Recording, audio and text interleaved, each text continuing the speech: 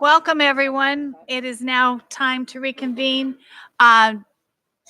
Dr. Thurman isn't feeling well and she left, so please keep her in your prayers as well as Dr. Davis and his family. At this time, we will have the shared images of the district.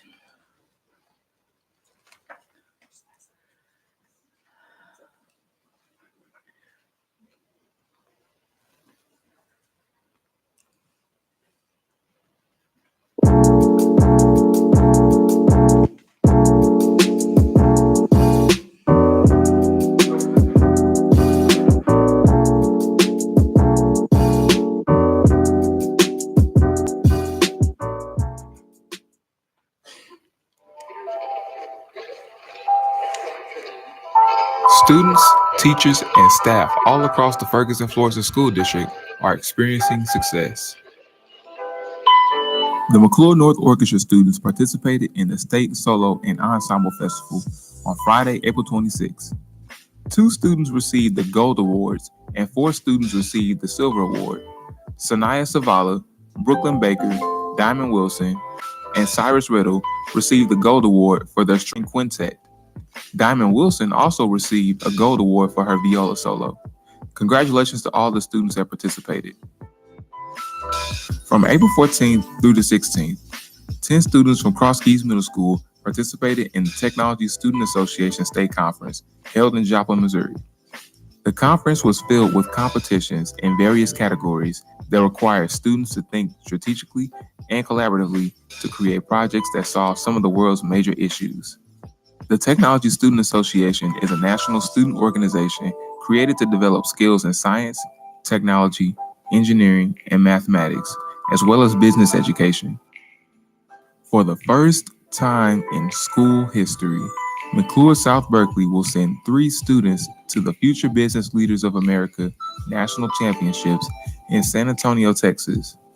During the FBLA State Leadership Conference in Springfield, Missouri, MSB's FBLA team competed against students across the Show Me State in marketing challenges, all fighting for a chance to reach the highest level of competition, the Nationals. Ariana McMiller, Cheyenne Sampson, and Lakeisha Gilliard took 4th place as a team, which makes them eligible to compete at the national level. FBLA helps high school students prepare for careers in business through academic competitions, leadership development, and educational programs. We are all elated about the success of these extraordinary young women and wish them continued success at the FBLA Nationals this summer. You can learn more about these stories and other examples of the great learning happening in our district on our website and on social media.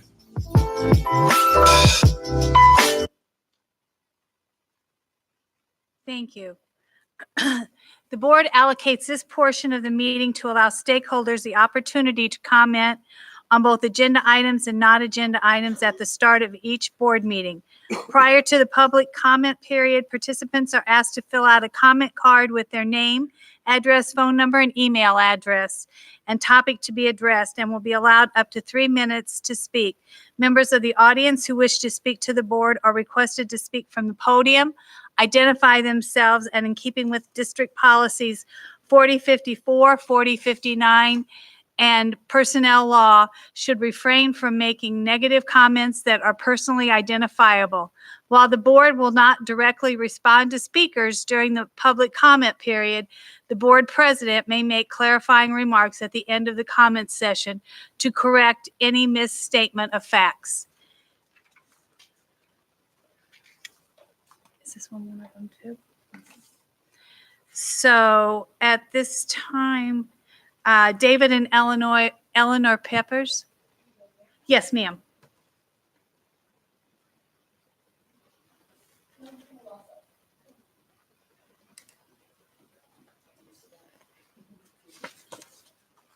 Okay, trying to make a long story short in 3 minutes. That's hard too. I'm not doing this right here, but this is my daughter here, Hannah Peppers. She attended McClure High School, and she was a participant of the homebound program because of an injury she previously did have. So after returning from the homebound program. She went back to McClure High School, and the counselor at that time did tell us that they could accommodate Hannah because she has to sit in the library because she cannot take the stairs because of her hip and because of her dislocated knee.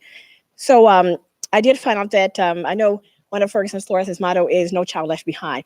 My daughter has been left behind because my daughter has been in the library waiting for someone to help her. And the teachers did not come down until about the 5th or probably the 4th or 5th week of school. And I kept like pleading and like send someone down to help my daughter. And I told the teachers, I said, you guys are not, my daughter's not down the street. She's in the same building, so someone should come down. So the counselor, Mr. Vanderhoof, and the other staff in the library said we kept emailing the teachers and they would not come down, to help. And I felt really bad. I mean, put yourself in my place. If your daughter, you're dealing with an injury, she have a lot of anxiety about it. She felt very uncomfortable about it. And your daughter's texting you saying, Mom, no one is coming down to help me. What is going on here? And she's sitting there with her math packet, not knowing what to do. She's at a standstill. And when I drop my daughter off, she's saying, do you know how to do this? And I'm disabled myself, even though I don't look like it, but I am.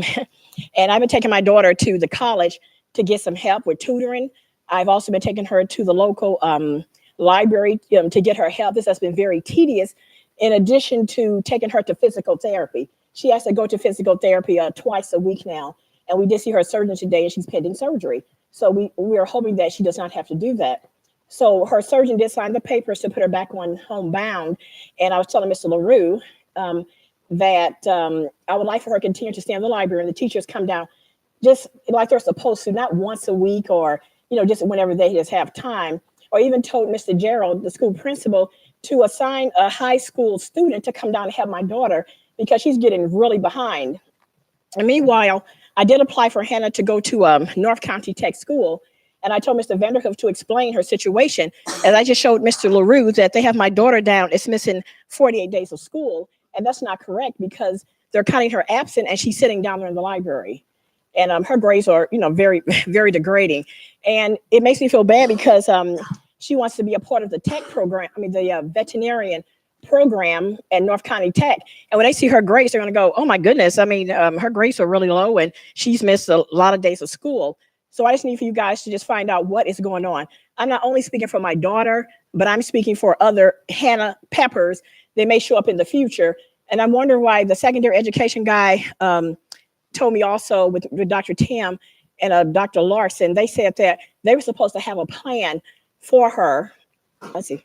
They're supposed to have a plan for her that when she transitioned from the homebound, they were supposed to have a plan 504 or something for her where she could continue. But there was a huge gap. And now her grades are extremely low. And my daughter's the one that's suffering the consequences for this. So you need to work out something or do something for her to get caught up. And you can make up for the lost time. We had a meeting about a week ago with the administrator and the teachers, and they said, well, maybe she can go to 2 math classes. Maybe she can go to her class. I mean, that just sounded really unrealistic because she cannot walk that far. But thank you. So we need your help immediately. Okay, thank you. You're welcome.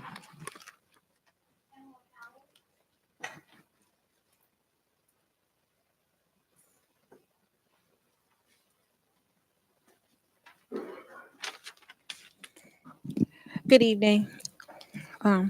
So I wrote this down to make it quick, less than 3 minutes. So our last elections showed us how broken our community is. The last board meeting showed us how broken our board is with the puppet show antics that were displayed. We witnessed from those responsible for the health of our school district, poor behavior, underdeveloped communication skills, and undeniable racism. Racism is ignorance. If it wasn't meant to be that way, that's the way that it came across to us as we're out here witnessing you all's behavior. We all lose if we stay divided by skin color or power struggles.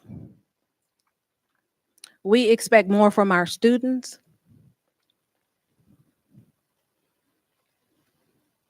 Everyone is watching us across this country, in this city, in this community. Everybody's looking what is going on with Ferguson Florissant School District.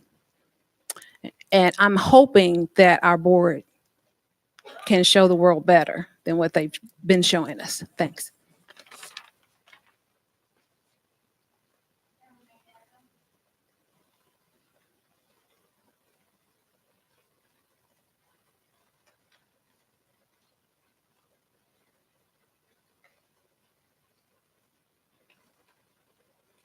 Good evening, board and community. I'm here this evening to invite you to Race Forward's Building Racial Equity Training Day initiative with the Ferguson Committee on Proud, people reaching out for unity and diversity.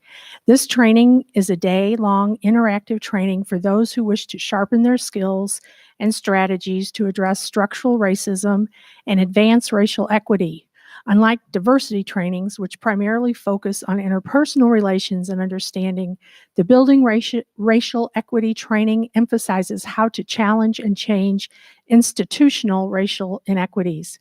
Race Forward has been working with community-based organizations, leaders, and Ferguson City government to create a day-long opportunity for community members across the city of Ferguson to come together to gain shared language, analysis, and tools for how we talk about and operationalize racial equity.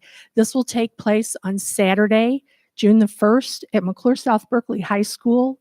Proud would like to thank Mrs. Hogshead for arranging that for the group. It should be an exciting day. It should be an interesting day and a day of a lot of learning.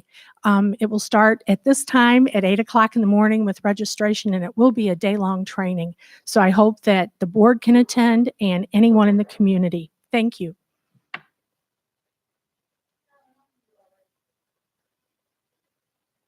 It should be on, I'm not sure whose website yet, but I will make sure that that information gets to you. I know the Equity Committee, that would be a great tie-in, and to everyone else on the board.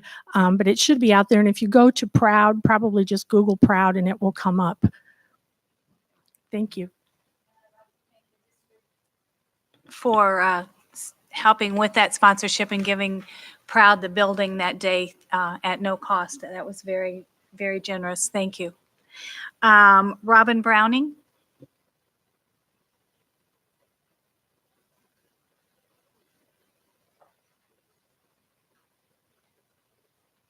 Good evening. I'm Robin Browning. I'm a McClure graduate, 1996.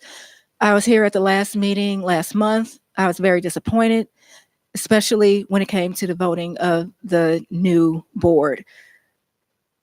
Unfortunately, there's a big glaring problem on the board in that our African-American members have much higher education than everyone else on this board.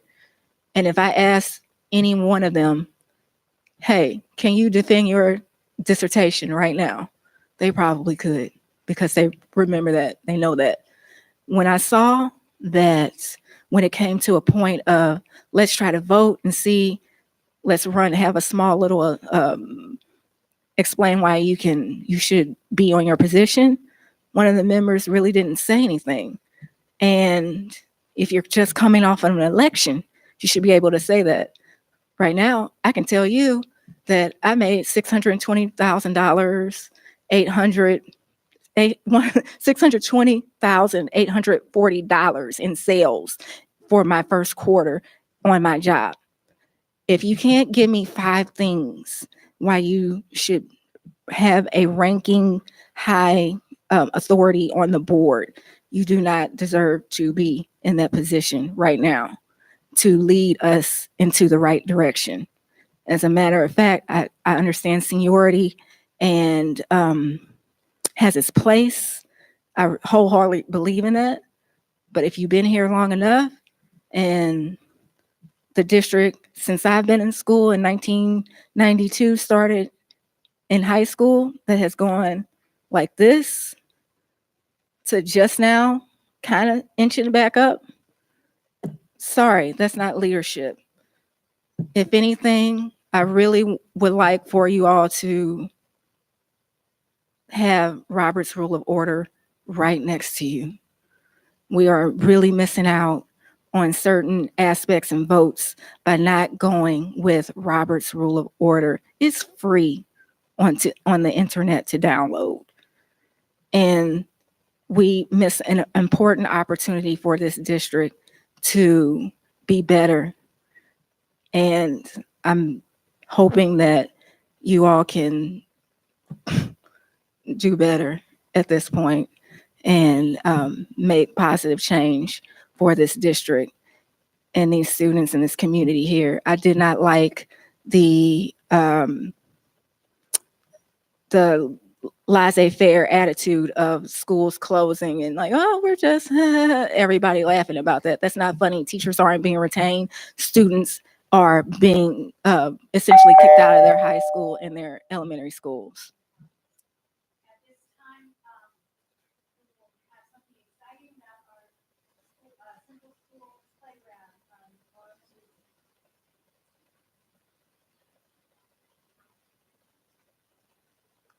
Good evening, board. I just wanted to let everybody know that for those that don't know, we were awarded a Kaboom Playground Grant at Central Elementary School. Centene and Ambetter Home Health are the sponsors of the playground. They're the ones that are actually paying for the playground.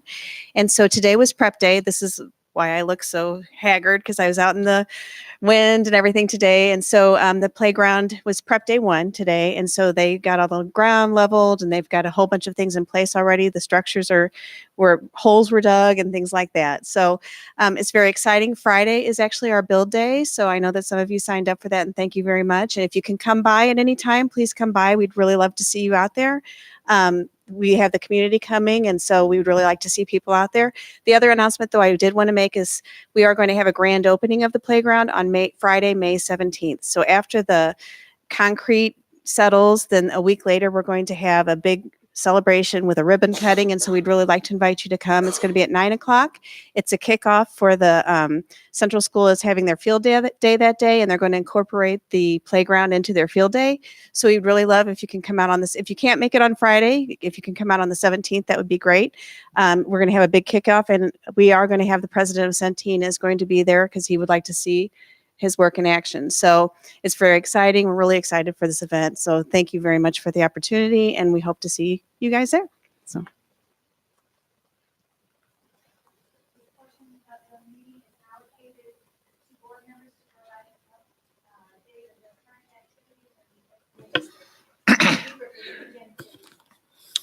Well, hello, everyone.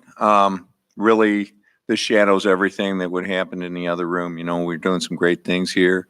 All those recognitions, all the students, all the teachers and staff, and man, everybody that showed up. I thought it was an awesome evening, especially with the readers. I really like what that, I shouldn't remember her name, but you know, how it kind of hit me at home, how much I used to read when I was younger. And I don't know if I got to definitely chart some time out, you know, now that I'm older, but she really made a good point about how high school, I guess you get so busy and then it just goes on from there. But I guess we need to stop, look around like my mom used to say, and smell the flowers and take some time to ourselves and enjoy a good book. And I'll tell you what, there's a couple things that I really like. Each year we do a lot of things, and one of the Mark Twain readers, and then we got graduation coming up. So we're real exciting time. So thanks so much.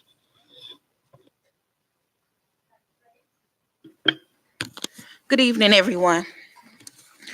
I will be reading 2 reports this evening. The first report is the community engagement.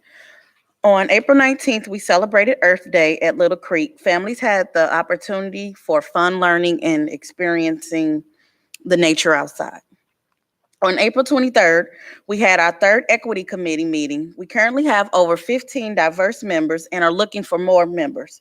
We are in the process of scheduling our first training session, which will focus on racial equity, student achievement gaps, discipline, and next steps. Graduation will be May 19th.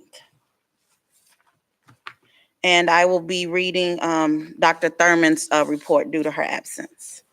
The Ferguson-Florissant School District has enjoyed another year of slight reduction in suspensions and referrals while still holding students accountable for their conduct. The district credits several major initiatives for the success in the 2018-2019 school year.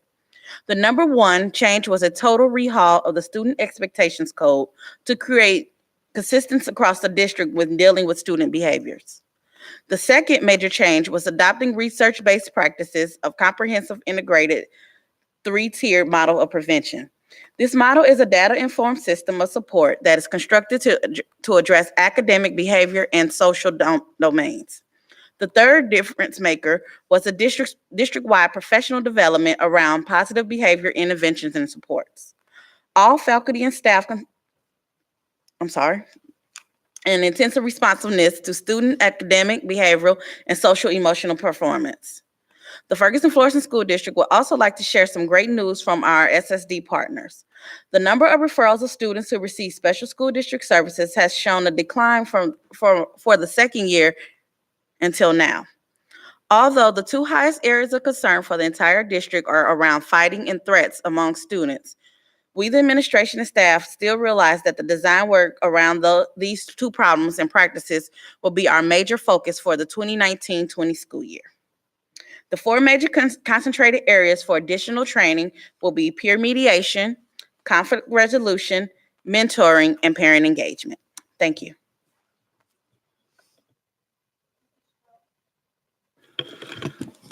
Good evening, everyone.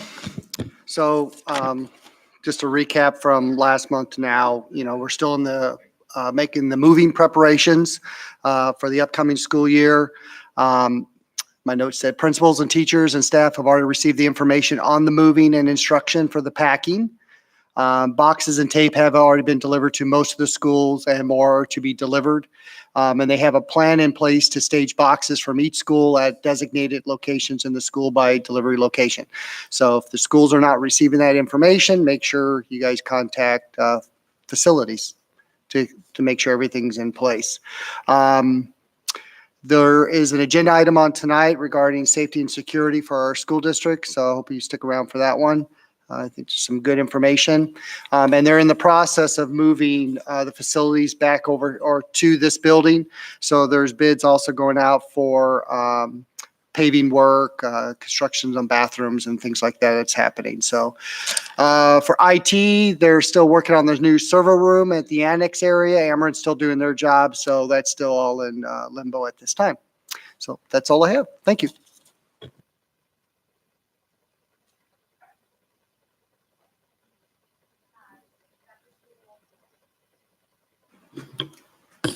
Good evening, everyone. So this is my very first official board meeting, so I don't really have a whole lot that I can share, but I do want to just say how very welcome I've been made to feel in just the short time that I've been on the board. I've had an opportunity to meet a lot of the staff members. I attended the Cardinal Glennon open house and really had a very nice time there. And in addition to that, this coming Friday, I think there's a North County leadership breakfast. And so I'll have an opportunity to attend that and represent the district there. And following that, I am hoping to go over and do something at Central Elementary where the Kaboom playground is going to be. So thank you to each and every one of you for how welcoming you've been. And I'm looking forward to continuing to serve on the board. Thank you. Mrs. Ponder?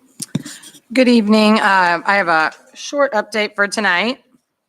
We welcome the class of 2032 on May 1st during kindergarten roundup at McClure High School. This was a coordinated effort across our new pre-K2 schools and the early education department. It was great to welcome the class of 2032. STEAM Academy at McClure South Berkeley hosted another successful family engagement night on May 2nd. Students and parents had the opportunity to interact with teachers, review course requests, and to participate in STEAM activities. Lastly, applications for the Innovation School are being accepted, and we are excited to hear more about this later in this meeting this evening. Thank you.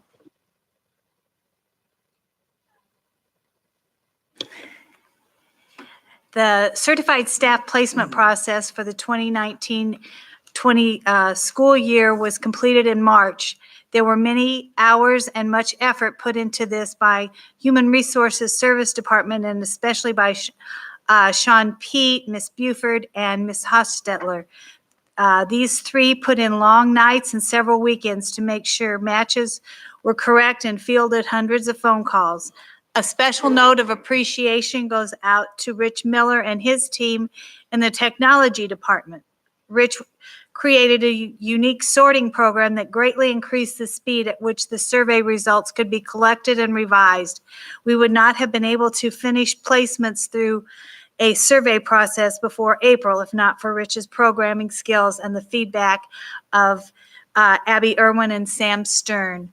I would also like to remind everyone that Friday night is the retirement dinner, which is always very nice and sad at the same time, saying goodbye to old friends.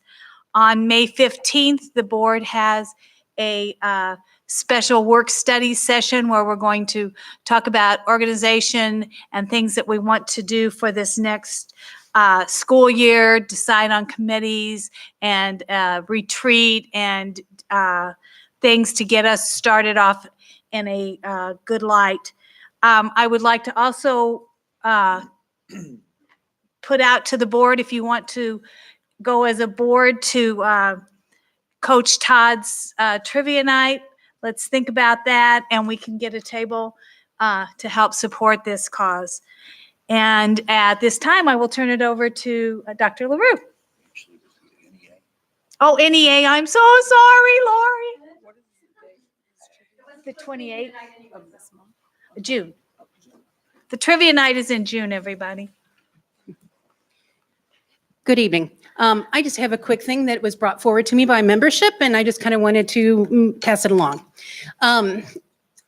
Membership would like, and I know you've heard this from other constituents before, but membership would like the board to have discussion, if possible, around the structure of the board meeting and the fact that many of them would like to come and hear the business of the district, but this time of night is troublesome for them, particularly since some of our teachers will have to report next year as early as 7 o'clock.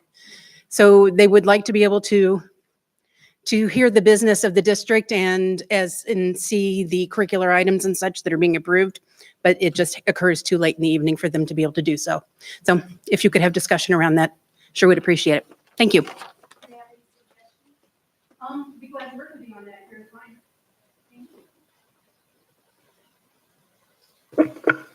fine. Good evening. I'd like to begin by asking everyone to keep Dr. Davis's family in your thoughts and prayers at this time. I think it'd be important to just kind of be mindful of his absence tonight, because he certainly would be here for board meetings were it not the case. Yesterday was Teacher Appreciation Day. I'd like to call attention to the teachers. Today, if I'm not mistaken, is Nurse Appreciation Day. Certainly wouldn't be where we are without either of these groups. It's hard to do the recognitions without talking about other people, but as the board president just said, we're going to be recognizing many people on Friday evening with the retirements, and it is bittersweet. She said that there's a lot of years that they go in for people, and I don't remember what the number is at this point, but we certainly feel like we lose every year with the experience that goes. Testing. We're still in the process of testing. Testing runs through May 17th. So the appreciation for everybody is being as diligent in the buildings as they can to make sure that that goes off the way that it needs to. One of the other items that catches a lot of attention right now is the moving process. There's always new questions that are presented almost daily. The FFNEA is pretty good about making sure that those are shared with us because, and some of them are curious, but all of the same, very real concerns to people as they're thinking about what they need to do between now and then. And we've got some work to do to make sure that we keep up with those questions. And we're trying to do so. Some of these are pretty challenging, but you know, we do want to be very deliberate and careful, though, to help people prepare for this move. And I think at this point, the last item that I have is IB update for the board. So the Ferguson Florissant School District is pleased to announce that McClure North High School received authorization to become an IB school. McClure North joins 2 high schools in the St. Louis area to offer the International Baccalaureate Diploma Program. The authorization process included a commitment from the district and site visits from IB representatives. Teachers also received training during the summer, met monthly to plan an implementation, and wrote content-specific IB courses that went through a rigorous vetting process before being approved by IB. Teachers are eager to offer IB courses next school year. The first IB cohort will graduate in 2021. The IB Diploma Program is a 2-year course of study in the junior and senior years. The IB experience provides students with an academically challenging and interdisciplinary course of studies. Students will acquire college credit hours after completing IB courses because it's accepted at universities across the country. Students will realize who they are as learners and engage in deep learning during their IB experience. Presentation will be shared at the July board meeting. So congratulations to McClure North, the staff members that have invested so much time at McClure North, as well as Mark Forbes, as well as Dr. Adrian Bland. So thank you.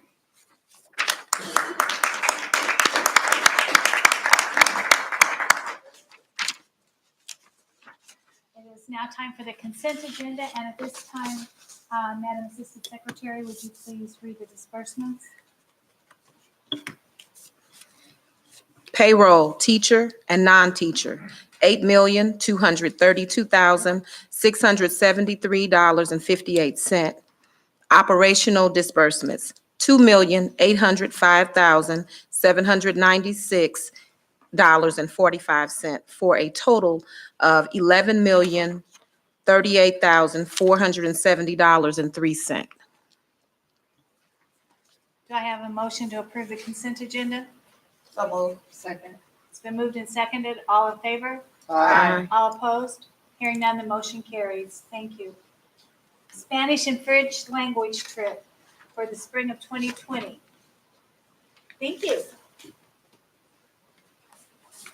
Good evening. Good evening. McClure High School world language students have been taking trips related to Spanish and French language acquisition for several decades now. Current world language teachers would like to continue this learning by offering students the opportunity to travel to target language nation in the spring of 2020. A portion of this trip is during spring break. Therefore, students would miss less than 5 days of school. Students will not only get to tour and hear the target languages in a native speaking setting, but also spend several days with host families where they will get the opportunity to practice second language acquisition. Thank you.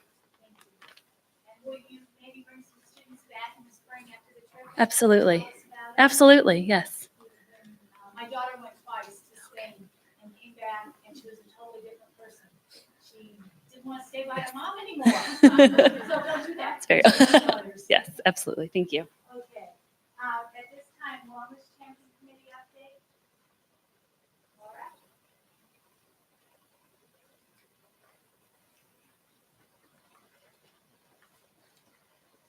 Good evening, board. We thought we were going to have some more wellness champions tonight, but I think they all stayed up too late to watch the Blues game last night. So it's just John and I. So So we're here to present the wellness program. This is the initial year of the program, and through discussions, we decided that to help promote wellness in our buildings, we would create a position for wellness champions to serve their buildings. And this year, we service 16 schools. Me, Madruzik, Kelly Bristow, Michelle Miller, all assisted the coaches this year. It was a learning process for everyone, but as you'll see later in this presentation, we were able to accomplish quite a bit. These are the schools which we were able to find wellness coaches for. We did not appoint positions. We really wanted to find people who had wellness-centered visions for their building. So that's why there's a few buildings that aren't represented in this. Next year, we're really going to push for the buildings that didn't have people. We participated, back to school fair was a parade, was our initial event. Dr. Davis kicked off the year with a back to school walk to Japan challenge. And then the heart and soul of this program is the individual based programs where the wellness champions devise action plans based on to the needs of the students and teachers of the building. We service these walking and running programs, Zumba workouts, cooking presentations, water drinking challenge, Happy Self-Care Friday, and planting trees on school grounds to help promote the various different items that we did this year.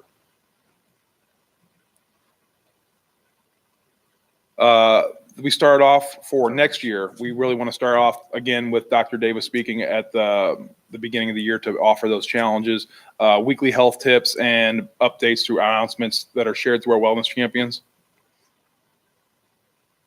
Hold more wellness meetings. This year we had about 3 to 4. Next year we want to kick it up a notch. We're going to focus our meetings a little more strategic for next year to make them more effective.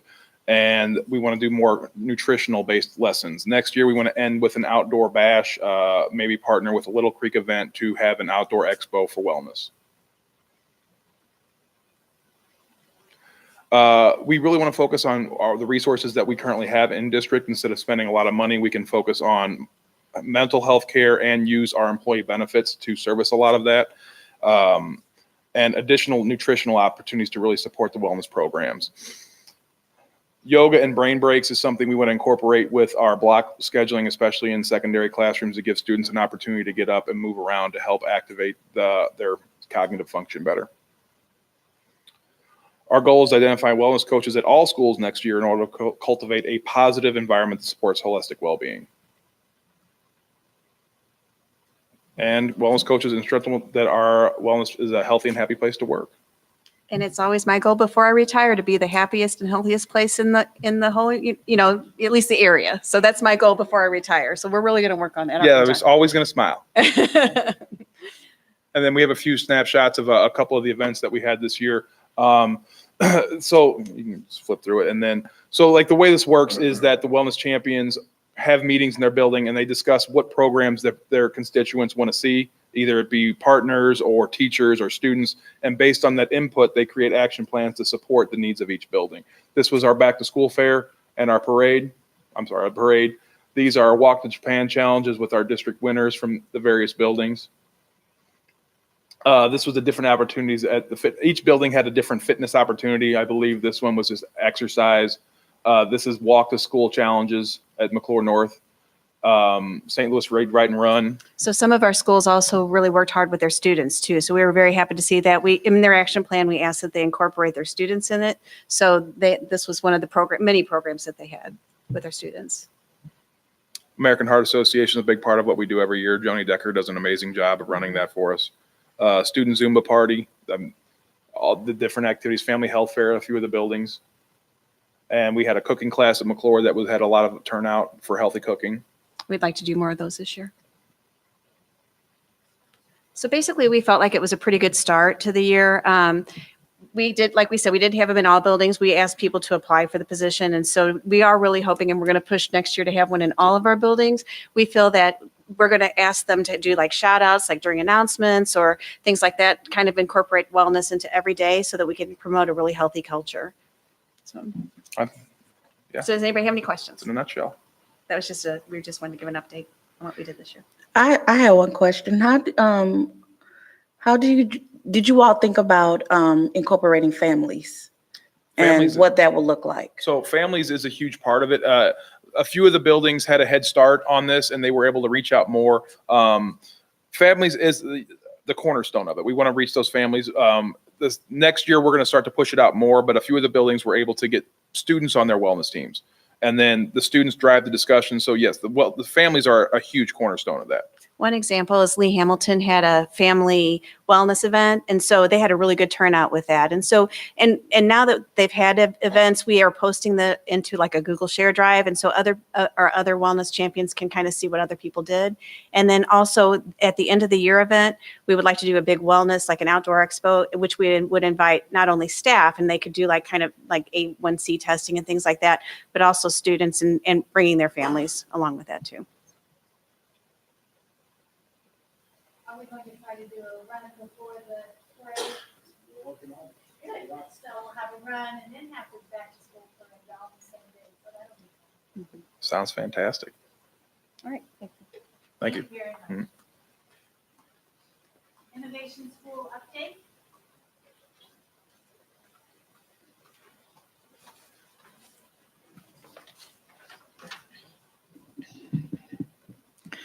Good evening, Ms. Hogshead, board, community, and colleagues. I am coming before you today to give an update on the Innovation School at Cool Valley. At this time, I would like to recognize our founding principal, Ms. Sheila Carves, if she could stand.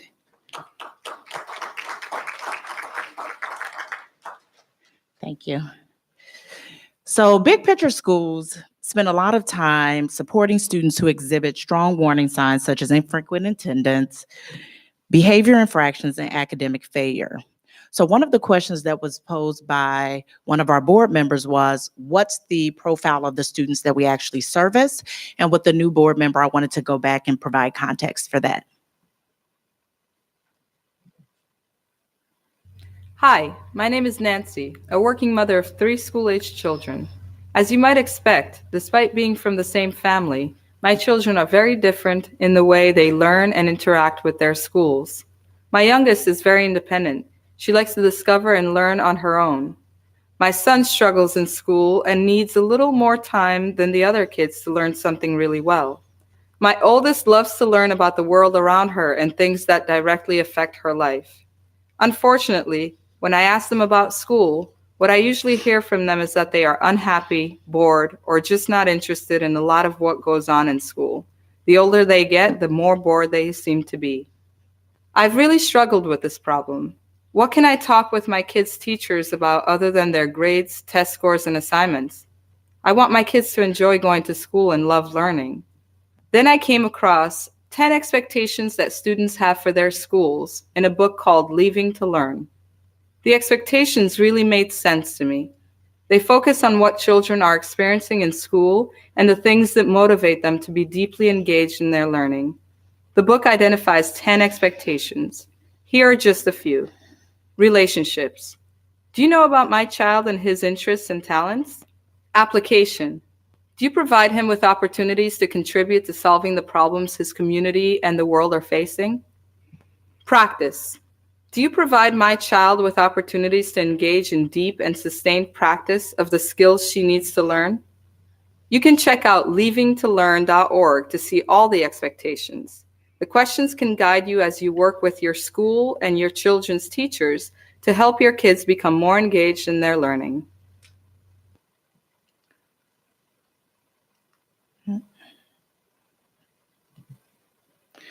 So as the video depicted, our children are very different and they require something different to experience success.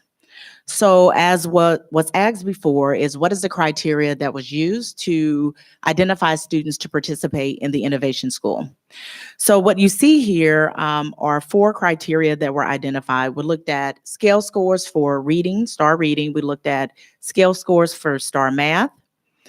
We looked at average daily attendance. And we looked at the range of total number of referrals received by students. And so with this particular design, we're starting off very small so that we can get it right. We're starting with 9th grade students, 60, and we will grow. And at the end of 2023, the school will be at capacity at 240 students. So the ratings were actually placed based on where students met and sat within those percentiles.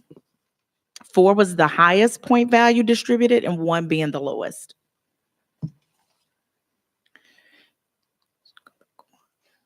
Sorry.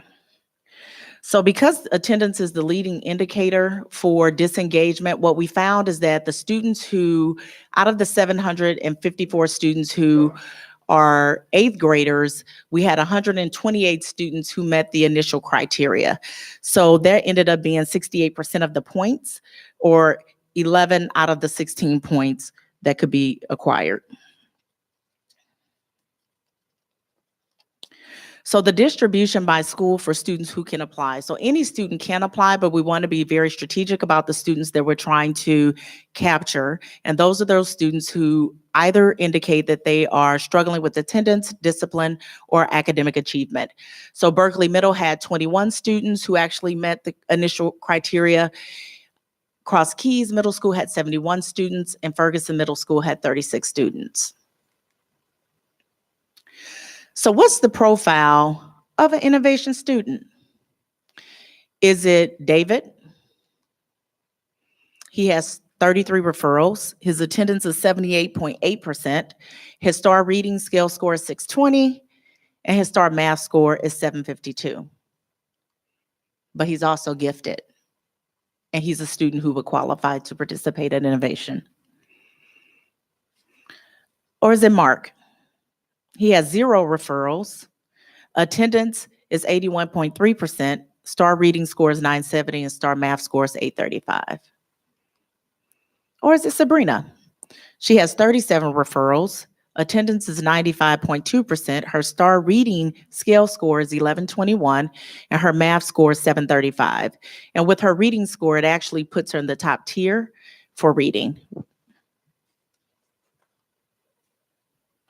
So when thinking about the profile of an innovation student and how we want to meet the needs of the most at-promise student, what do we need to do within the district? So we're taking 2 approaches. So part of the big picture learning design is taking a competency-based approach and giving them experiences steeped in rigor, relevance, and relationships. So in order to do that, learning has to be centered around the student, has to be individualized, performance-based, self-paced, depending on how the student needs to learn the content, and also allow for students to progress on standards as they're mastered. So I wanted us to walk into a student, I'm going to call this student Tiffany, and her learning plan. Tiffany was to build a cider press to make organic cider and wants to understand the fermentation process. So as you see in this particular example, the essential question is developed by the student because they own the learning in big picture, but that aligns to the science standard PS2.A3, which is force and motion. But in addition to wanting to build a cider press, she also wants to understand how to scale her cider press. So how is she assessed? Her assessment will include products such as cider samples, reflections on problems that were faced while building the cider press and how she solved them, PowerPoint presentation explaining simple machines, which is informational text, plans made with Google Sketch, and for the math, she would produce a record of scaling calculations and a video of how to scale the model, again, informational text. So if we unfold that, you're looking at a writing standard with writing and research, a speaking and listening standard, which is around verbal delivery, and also the ability to present using multimedia presentation, as well as math standard 7.GM.A1, which is draw, describe a geometrical figure, and describe the relationship between them, which relates to scaling of drawing real objects, which is their real world experience. And it's all aligned to the competency-based approach. So what does Tiffany's schedule look like? So if Tiffany is interested in creating a cider press, she's going to have to spend 2 days in the community in her internship. So her internship on Tuesday and Thursday in this schedule could actually be at Eckert's Farm, learning how to plant apples and the fermentation process. And then there's also a business aspect side to that too. The other 3 days, Monday, Wednesday, and Friday, she would be in her classroom participating in integrated curricula, which is an example of the plan that you actually saw. Also engaging in advisory, which is something the district is partaking in for the upcoming school year, which would include a focus on social emotional learning, as well as character development. And pick-me-ups are also team building across. So now that we know what it looks like, let's connect the pieces by visiting Nashville's Big Picture School to learn how the curricula is forged with internship opportunities.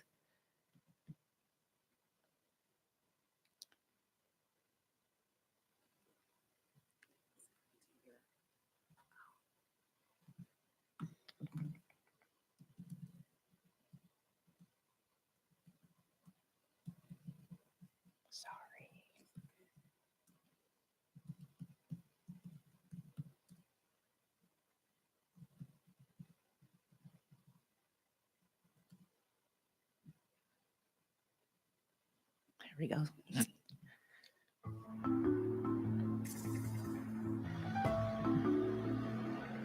Dexter's with Big Picture High School, and one of the things Big Picture High School tries to do is get the students out into the real world. So he's interning with us. One of the best things about the Learning Through Internship program is the maturity and growth that you see very quickly, even from 15-year-old freshmen. Having students passionate about what they're doing really makes a difference in the schoolwork, so we're able to connect it.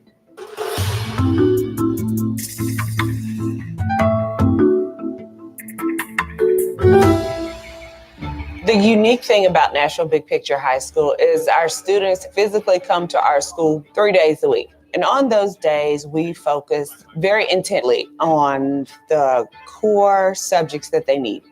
On the other 2 days, which are Tuesday and Thursday, students pursue their passions and they pursue their interests in the community through an internship.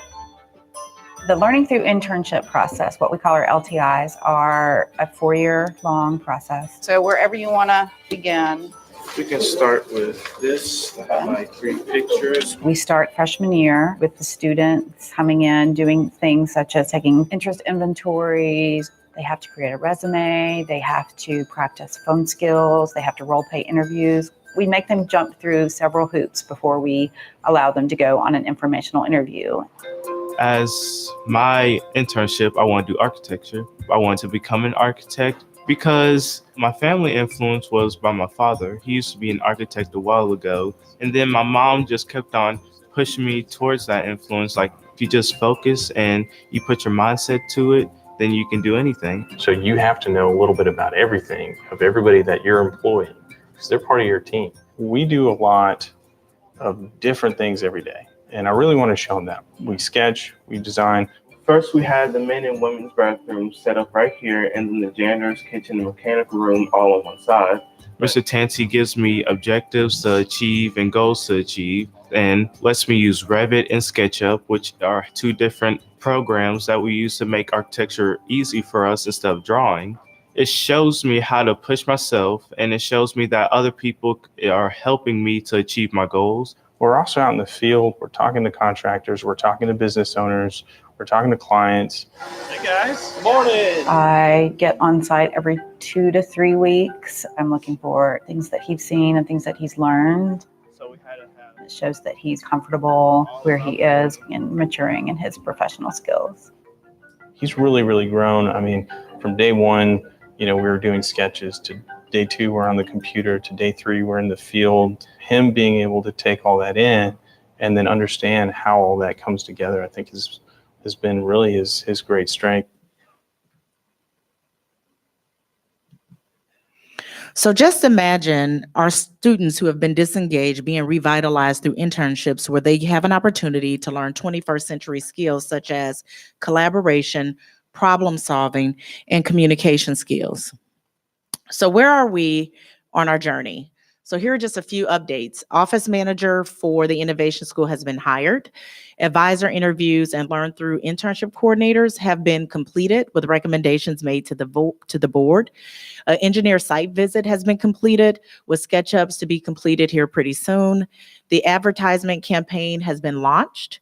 School visits have been completed at each of the middle schools, recruiting 8th grade students, and parent and student notification of phase 1 eligibility has been completed. The application opened on May 3rd. We currently have 6 applicants in, And here's where we're going within the next 3 months. So for May, again, the application open. Phase 2 letters will be distributed. We'll have a parent informational night and student and family interviews. Student and family interviews will also transition into June as well. The application will close. Hopefully by then we'll have 60 students identified. Student acceptance notifications will be sent out, parent information night, and we will engage in a big picture learning curriculum design team meeting, and then advisor professional development will begin to take place, which is offered through the big picture coaching team. And that includes advisory 101, which is a major part of the design, leaving for exhibitions, personalization, and alternative assessment, which was something that I showed you in the previous slide. And then in July, we'll have advisor professional development with project-based learning. Advisors will attend Big Bang Conference, which ties all the pieces together. And then we will have a new student summer welcome to begin to develop the relationships between students and their advisors. Before I end with questions, I actually went in, and part of the application process is that parents have to indicate why they're interested in their children attending the Big Picture Art Innovation School. So I'm going to not say the student name, but I wanted you to hear one of the responses by the parents. Student is a cancer survivor and has had many battles in his life, which he has overcome. He works hard and is willing to be challenged intellectually. He has strong moral ethics and is a friend to all. Student would be an asset to this new school and program. After hearing about the opportunity, he asked me to please sign him up. I hope you consider him for this great academic program. So again, there's power in a story and a narrative. And so this parent wants something different. And I think where we are as a district, we are finally giving them something outside of what we traditionally offer for students who need it most. So I wanted to end there. And at this time, I welcome any questions that you have. Okay, I have a question or two. I wanted to ask, one of the things that was mentioned is that a part of this work is about helping students to identify their passion so that they can pursue that. So my wondering is, have you identified career inventories or other tools to help get at that? I'm also wondering about, you mentioned social and emotional well-being being a part of the work as well. And so how are we getting at those specific needs that students have? Great questions. So we actually, as a district, give Missouri Connections, which identifies students' interests that's aligned to career and technical education. So we do have that information. So shout out to our counseling department and Amy Cacciatore and her team for that. So we have started to look at that and see what trends are standing out. So for example, a lot of our students are interested in business. Some are actually interested in technology. So we have that. But Big Picture also provides surveys that we use with students to identify what their passions are. And we do recognize that they will change daily. So that's a piece that we'll have, and we'll do some of that work with students over the summer. So Big Picture also looks at character education, which has some parts of the CASEL competencies, but the district is also exploring curricula for social emotional learning. And that actually will be going to CAC here pretty soon. Okay, I have another question. One of the things that we know is that school discipline or school behavior in general, behavioral challenges and school attendance, those tend to be at-risk factors. I love the way you call them at promise, right? Trying to get over to that place of being at promise. So my question is, as we think about the children who may be interested in attending the innovation school, what things will be different at the innovation school when we think about the average student who is struggling with attendance, the average student who is struggling with behavior? What will be different at the innovation school that parents can expect? Glad you asked that question too. It starts with relationships. And so our children don't care what you know until they know that you care. And so part of the design is really steeped in developing relationships, getting to know the students, and then moving forward from there. But the other piece is the advisory. So unlike the traditional high schools where students switch between classes, have to learn new teachers, they stay with their advisor for 4 years and they become a family. and the difference also in what they get instructionally. So the opportunity for personalization, which I talked about through the approach with competency-based education, is based on their pace. They can have one-on-one instruction, and they also can get support based on the things that they're interested in. So I think the design is such where a student, if they have the will to be successful in a nurturing environment with relationships, they have no other reason to be successful. But the other piece of that is the parent piece. So the design forces parents, in a sense, to be a part of the learning. So with the interview process for the innovation schools, parents have to come along. Parents have to say why they want this for their children, and they also have to be a part of developing that learning plan. So those questions around, what are those strengths of your students? What are those opportunities for growth? And how can we collaborate to ensure that they get there? And the other piece of that is that they participate in the exhibitions, which is a public display of the information that they've learned from the content being taught. So it's very different. It doesn't have the traditional bell schedule, as you can see in the schedule, but it also meets the needs of those students who might be performing well, but maybe suffering with some medical issues or anxiety and things of that nature. I just had one quick question. You had said that you've got 6 students. What is the goal? What is the number you're hoping to reach? 60 for the first year. So Okay. when we actually visited the flagship school in Rhode Island, they said that 60 is a great number to start with, so we can ensure that we get the advisory and the relationships together, and then we can scale after that. What do your outreach efforts look like? Glad you asked. So we're partnering with the communications department. So Ms. Carves actually visited the 3 middle schools, and she also did an activity. Along with her was Dr. Muhammad from CTE. And so they did a presentation and allowed students to have voice and gave them insight into what the design looks like. So that's part of it. We will be engaging in some family nights. She actually tried to set up computers tonight to recruit families. We have our website is live, which I didn't indicate there. And if you go on, you can see an overview of the design. You can actually click and see the video. And we're continuing to work with our principals at schools to elicit students. And then what we did notice of the 6 students who have applied, I check in with Ms. Carves twice a week, and we have planning sessions and give updates on staffing and things of that nature. So of the 6 students who have applied since the link went live, 3 of those students are males, 3 are females, 4 from Cross Keys, and 2 are from Ferg Middle. So my aha was, we have no students from Berkeley. So we thought whether or not technology was a barrier. So what ended up happening, she printed out a paper copy of the application. She's going to distribute that. She's also using Tyler's system to push out emails and information to families, so they are aware that the application is live. And so continuing to have that face-to-face interaction, because I think parents want to see you, they want to see how it feels, and they also want to know that you're genuine. So when they are having an opportunity to see that, they are more comfortable with sending their children to something that might be unknown and very different. And then I just have one more question. Are we seeing an overlap in between the students that have already been accepted in the STEAM school with the innovation school? So there were a couple students that we actually saw the overlap, but not so much. And so, for example, when we looked at the number of students, so if you look at STAR reading,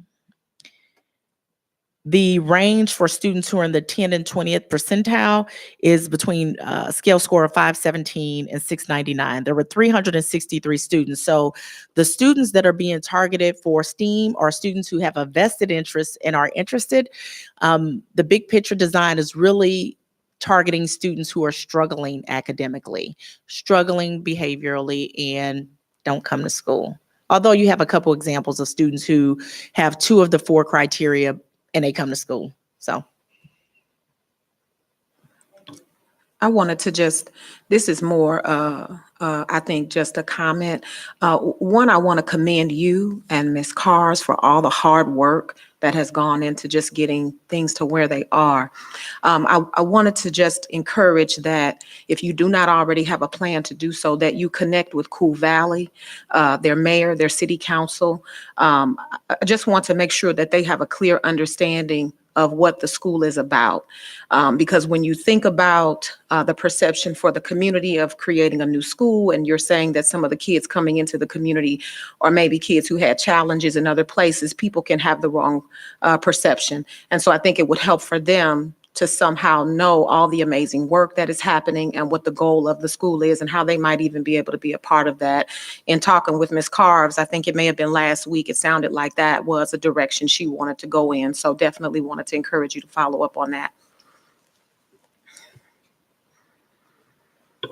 Got it. So has the process started to build partnerships with local businesses already, or are you going to wait until the coordinator's hired? That's a great question. That work is already underway. So part of Dr. Muhammad's work, and he actually traveled to Rhode Island with us as well. He's a career technical educator for the district. And so he already has an advisory team. And so he's starting the work for that. And I actually plan to attend the Chamber of Commerce meeting coming up, I think on the 15th, to begin to have conversations around identify individuals who can partner within the district. And then our district is a resource. We have an amazing food service department, an awesome technology department. So why not pair some of our students with the professionals that we have? We have talent. And so we have to cultivate that within as well. So I think we have some amazing opportunities. Even board members who have businesses are encouraged to take on some interns. I'm just saying. Any other questions? Thank you.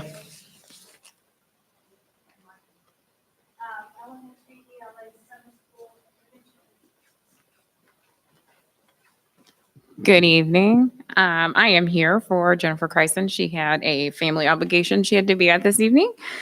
Previously, the board approved the purchase of a systematic phonics program, being a reader for kindergarten through second grade.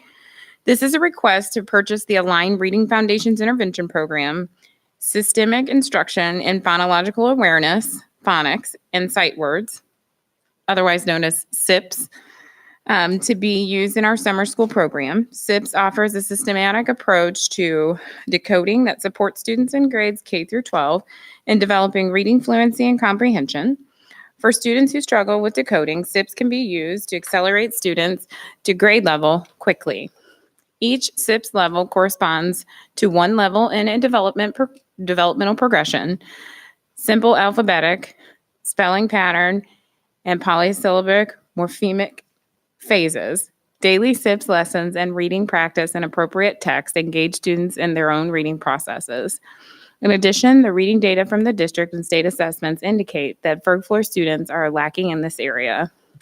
Asking for the board to approve the recommendation of SIPS for summer school, not to exceed a cost of $14,000 coming from the summer school budget.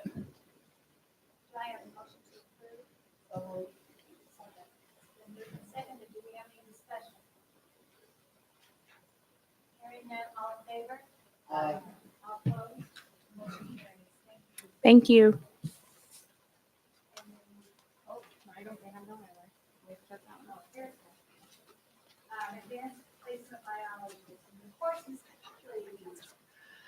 Good evening, Board of Education, Mr. LaRue. I have the honor tonight to bring 3 courses to you. I'll start with the Advanced Placement Biology. With a new science sequence implemented at the high schools, there is high interest for AP Biology course. This course will enable students to spend less time on factual recall and more time on inquiry-based learning of essential concepts, and will help them develop the reasoning skills necessary to engage in the science practices used throughout their study of AP Biology. Students who take AP Biology will also develop advanced inquiry and reasoning skills such as designing a plan for collecting data, analyzing data, applying mathematical routines, and connecting concepts in and across domains. The result will be readiness for the study of advanced topics in subsequent college courses. The AP Biology course is equivalent to a 2-semester college introductory biology course and has been endorsed by higher education officials. The prerequisites for AP Biology are high school courses in biology and chemistry. We recommend that the AP Biology be approved as a new course for the Ferguson-Florissant School District in all 3 high schools.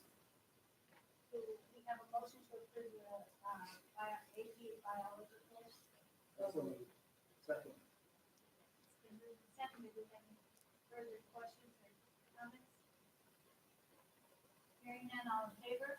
Aye. Opposed? The motion carries. Advanced placement chemistry. All right, the second course. The AP Chemistry course addresses a model of instruction which promotes enduring conceptual understandings and the content that supports them. Students will be engaged in inquiry-based learning of essential concepts that helps them develop the reasoning skills necessary to engage in the science practices used throughout their study of AP Chemistry. The AP Chemistry course is designed to be an equivalent of the general chemistry course usually taken during the first college year. The prerequisites for AP Chemistry are high school courses in biology and chemistry. We recommend that AP Chemistry be approved as a new course for the Ferguson-Florissant School District in all 3 high schools. Do I have a motion to approve the AP Chemistry course?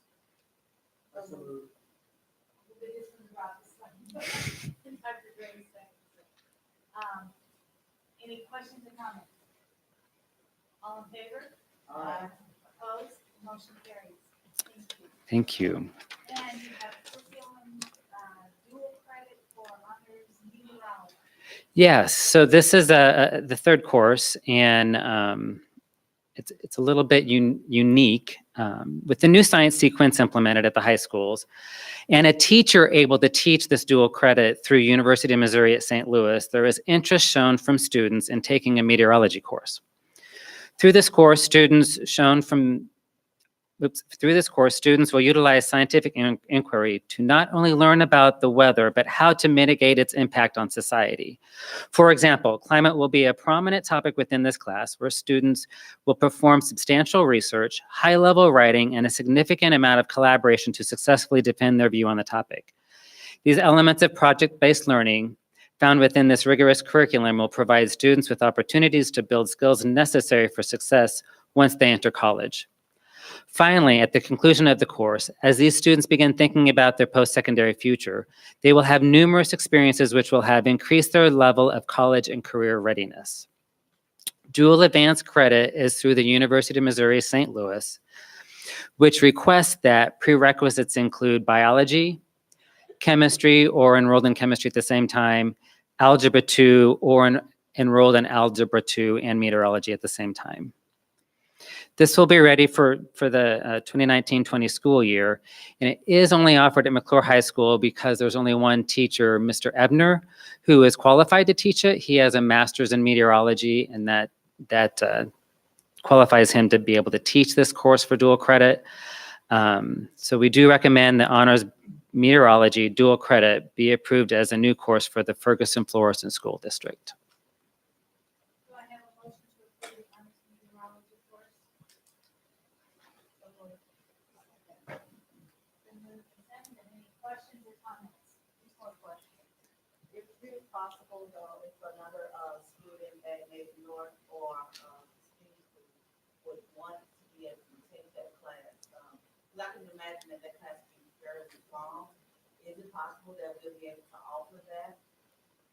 Or a way that they Would be able to collaborate. I know that I'm going to look back with Ms. Bess here just to make sure I don't want to. So because the high schools are on block scheduling, we've talked about this, like we have these different schools with these different opportunities. And so we don't want to remove an opportunity from a student. So we'd be willing to work to see how we can get that student scheduled. But it's part of the reason why we've asked the high schools to run their hour-by-hour day at the same time, so that if we have some of this transitioning that's needed for kids back and forth to be able to take advantage of some opportunities, that they're able to do that. Any other questions or comments? Hearing none, all in favor? Aye. Opposed? The motion carries. Thank you. Thank you. Thank you.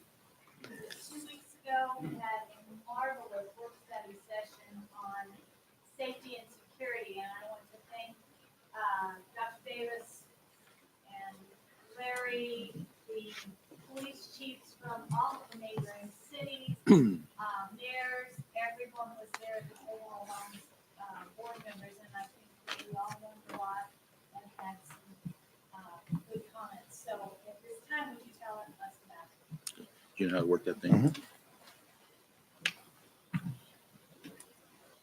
So what we have is a presentation on the reorganization that is being proposed for the board. Looking at the areas that are highlighted in blue, the responsibility, the big themes. Under responsibility, the proverbial question, whose responsibility is it to teach students appropriate behavior? A lot of times people like to point fingers. Is it the parents or the schools? And you see the answer up there, it's both. Work is being done on the revision to the student expectation code, and Mr. Beals is going to follow up on that one pretty soon, because that draft, the second version needs to come to the board here soon. So the restorative practices, and that was also discussed at the meeting about the role that it plays. The reteaching, restoring, and the harm caused, there's a lot of considerations that have to be factored in and weighed. PBIS, we've had plenty of information that is shared about PBIS. The ISS professionals reflecting on behavior of students. So what we've tried to do in this is also to consider other professionals that play roles. I think we've had some of that conversation this evening. That also was discussed at the meeting with local law enforcement. Relationship with local law enforcement. We have had contact with the Florissant and Ferguson, the Berkeley, and Calvert and Park police departments. Our SROs are top notch. We listen to them. The security officers that we employ have excellent relationships with our students. The comment up there about the students as allies. A lot of times there's misperceptions about these relationships. They can occur, but I think overall we find that the relationships between our school resource officers, our security officers, and our students, in many cases, are very top notch. Through this, we believe that it's an opportunity to improve behavior, which would lead to a decrease in the referrals. So we seek to improve the practices that are mentioned here, as well as the personnel through our hiring, through the training, to improve the decorum, as you see at the bottom of that slide.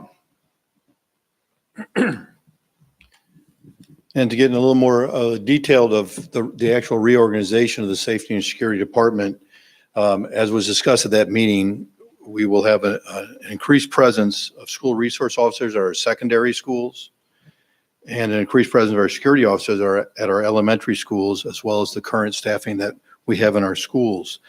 As was mentioned in the last slide, this reorganization plan is based upon and stresses the idea of the importance of the relationship that are both those school resource officers and security officers have with our students.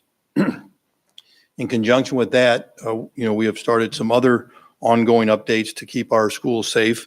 As you all know, we upgraded our video surveillance camera system. Both the quality and quantity was improved. And also we have some ongoing projects that will be coming to you shortly. Our door entry system, our visitor pass system, which are going to bid. Vestibules, door alarms have been installed at one of our high schools, and security booth and entry placements have been adjusted. So with all these put together, this is the recommendation for our safety and security. So our recommendation to the board is to approve the reorganization that has been presented and shared through the Safety and Security Department. Can I have a motion to approve?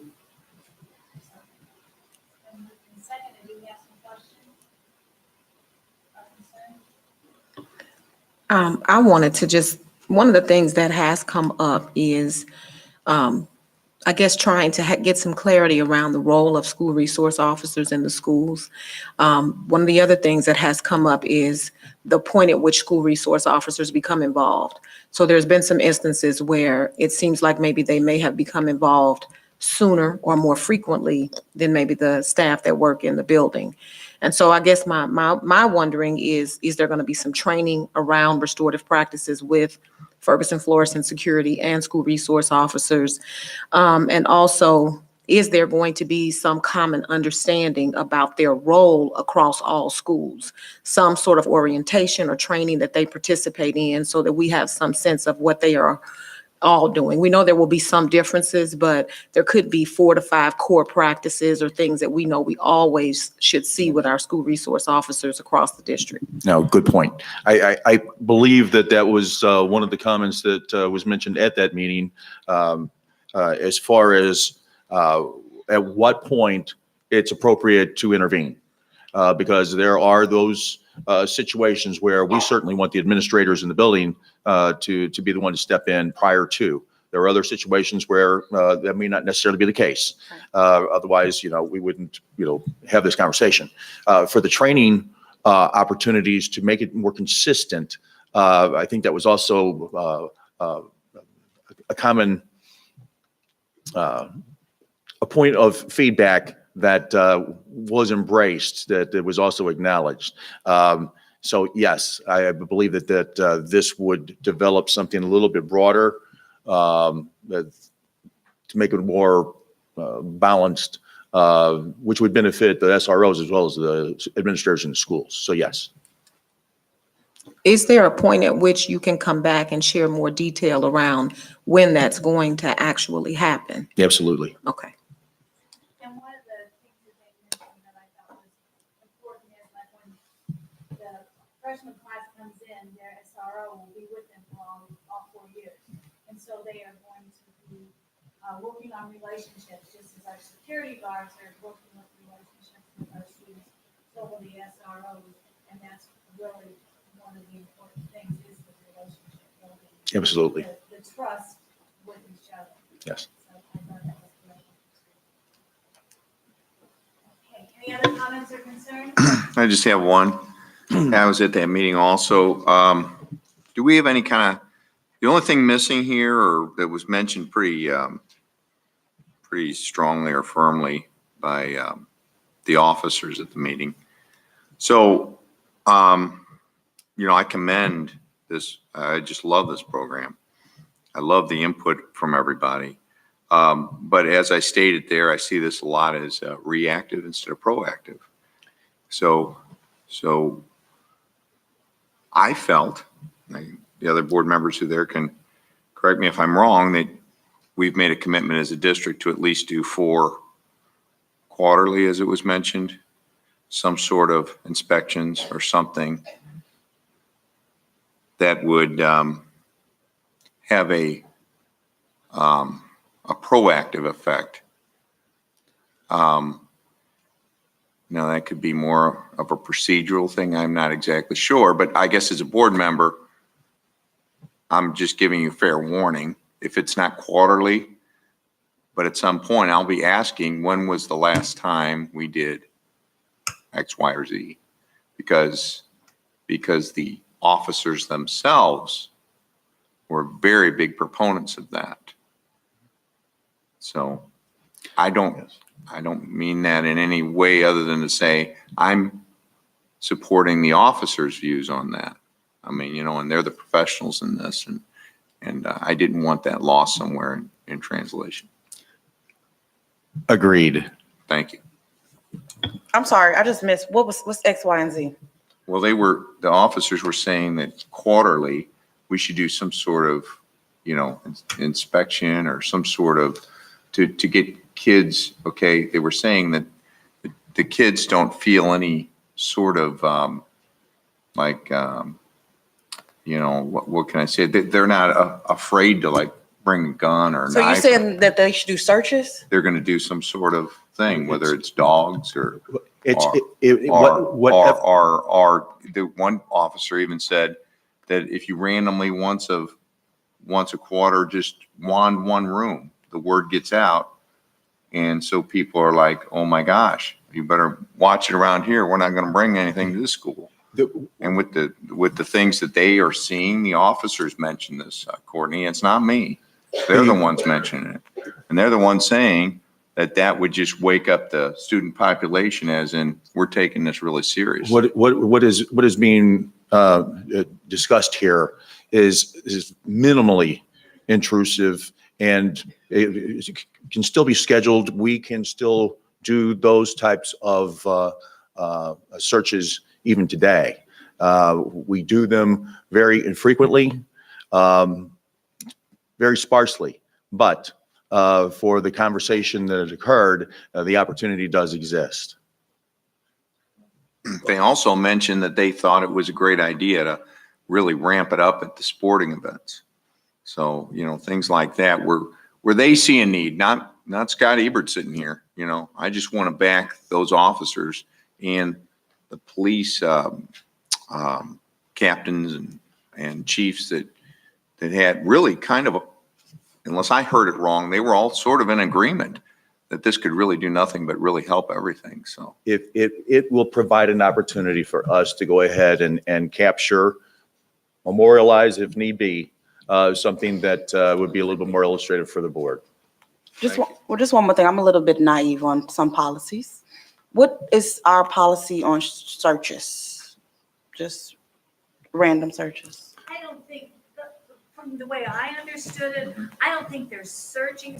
Yeah, right. I felt that they were, and you guys were in there too, they were talking about bringing maybe a dog in and letting them sniff like they do for drugs, or bringing a wand in and seeing if they're just walking around, not going in a locker and searching through a locker.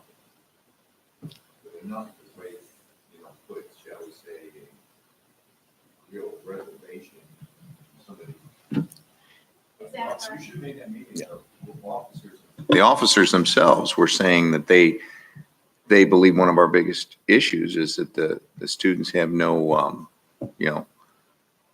how can I put it? No, if you want to use the word, fear or anything else of doing whatever they want, bringing whatever they want into our schools. There are occasions sometimes where marijuana could be something that having drug dogs go through the building could be arranged. It would be minimal. It would not be targeting. There could be notice. There could be coordination with buildings. There's a variety of ways that we can develop something to bring to the board for your consideration before we go forward. I just want to know what the policy was. I just know that some parents might be a little alarmed or upset if you start searching students, and I just want to know what the policy is. Gary, if I'm not mistaken, don't we have that as a consideration under our student expectation code? Yes, it is a consideration. Administrators certainly, all they do is reasonable cost to do searches. But random isn't reasonable though, is it? Well, weren't they talking random searches of buildings, not of individuals? And we own the buildings. So Yes. it really wasn't of any individual.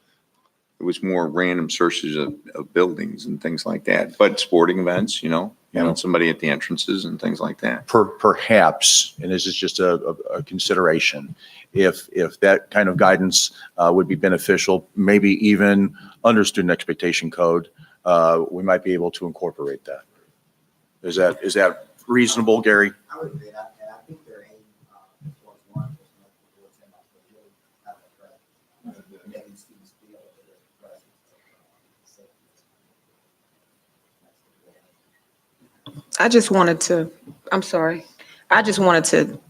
mention, so I get that all of this is about the safety and the security of our schools, and we definitely know that there are issues that are going to arise. But I would hope that we're going to do the work to create the climate and culture that would reduce the likelihood that we're going to need as much of this policing that we're Yes. talking about. When we start talking about bringing dogs in and doing those kinds of things, I really want to see us be more on the preventative side, building those partnerships, the early identification of children that we know based on the behaviors they're showing us at school, need to be connected with a supportive resource. So I guess I just want to throw in that I feel like that work is to be done in conjunction with It this is. work. Thank you Okay. for raising that, because that was also part of the discussion. That part is not part of this specifically as we bring it forward, but that is not lost upon us, the discussion that occurred. That is still to follow. Okay. And I thought And that was really one of the main themes. I agree. It was. The relationships and building the trust and the relationships between the students and everybody in the building, all of administration, police officers, and so on. And that's more important, you're right. And I agree, that's what I heard also. But if, being new to the board, you'll start seeing the emails of all the weapons and guns and knives and fights and razor blades and things. We do have a problem. I hate to sit up here and admit that, but we do. And the officers who are in these buildings at that meeting verified what I was concerned about for the last 6 months, maybe a year. Yeah. And, So and they basically said that it wouldn't take much, but it's like anything else, your own kids. If you're worried about them sneaking cookies and you do one little thing of their backpack for a cookie, I don't mean look through their backpack. I'm just saying, then they're like, oh, whoa. And that's what they were just saying, like a wake up effect of sure. things. And That's I all. definitely think that that's the case in That's some all. instances. I've been in education for a really long time, so I'm really familiar with all the dangerous things that we know can happen in schools. But I really want to see us take a very balanced approach in how we're going to, support students and make sure that schools are safe. So. I do want to say that our school resource officer, if you look at the training they get, the key of their training, the main part of their training is relationship. And knowing those students and having a relationship with the students to prevent anything from happening. That's the big part of it. The second part of it is to be a teacher. They do come to our schools, they teach classes on safety and different things with our students. So those are two big keys. The last one is law enforcement. It's the third and bottom one in their training. And so I think it's important to understand they are there to build relationships and they are there to teach our students first. And we are going to continue some training. I've met with people from MSBA who are from the Center of Educational Safety, and they actually want to come to our district and do some classes and teaching. And so I want everybody to understand that those SROs, their first job is to build a relationship, and second is to teach our kids, and third is to be law enforcement when necessary. So I'm glad that you said that.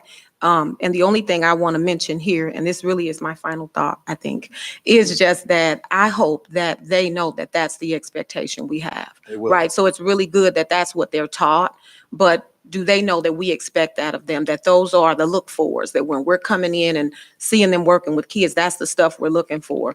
So I think if they know we have that expectation, then that helps too. Well, this is a great opportunity because this is a new start. We have new people coming in, freshly trained. Florison's been very good with sending us the right people, the right fit to be with our kids. And so this is a new start. And I think this is a great time that I like being part of this. I'm really excited about being part of this, to bring all these people in, including our own officers here, and saying, this is what this is about. I mean, if they're hearing this tonight, every part of this, we've stressed that it's about relationships with our students. The first slide, the second slide, everything we've said, and the training. And so I think that this is the perfect opportunity for what you're saying, to get everybody on board.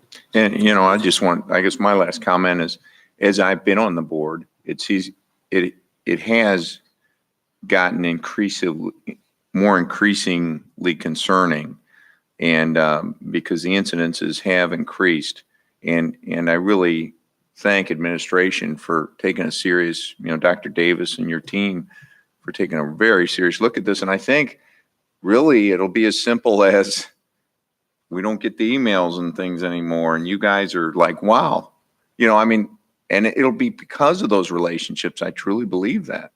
But definitely more of a presence and kind of tightening the old borders up a little bit. That's kind of what I think, and I think we'll notice immediately. I really do. Well, I'd like to say real quickly, overwhelmingly over the last 17 years since I've been involved in this piece of this, you can certainly see it. Students have actually reported incidents to actually SRO rather than administrators. So that relationship has always been very, very tight. And actually continue that work.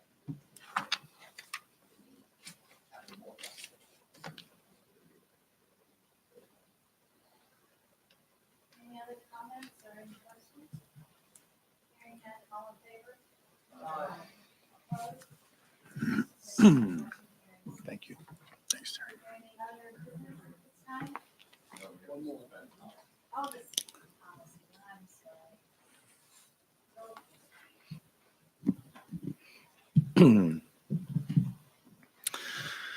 The board may suspend the policy 4051 requirement that all meetings of the board be held within the district per the application of policy 4044, suspension of policies and bylaws.